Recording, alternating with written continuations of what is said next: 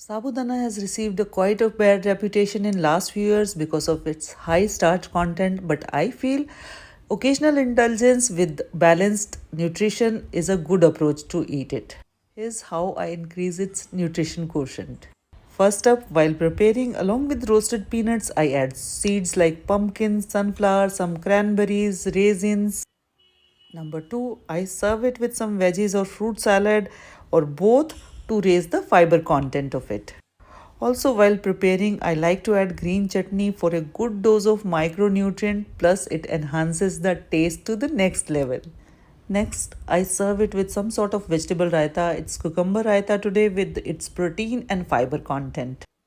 So, good fats and proteins from seed and raita, fiber from veggies and chutney make this a complete meal better in terms of nutrition, and I get to taste my favorite dish.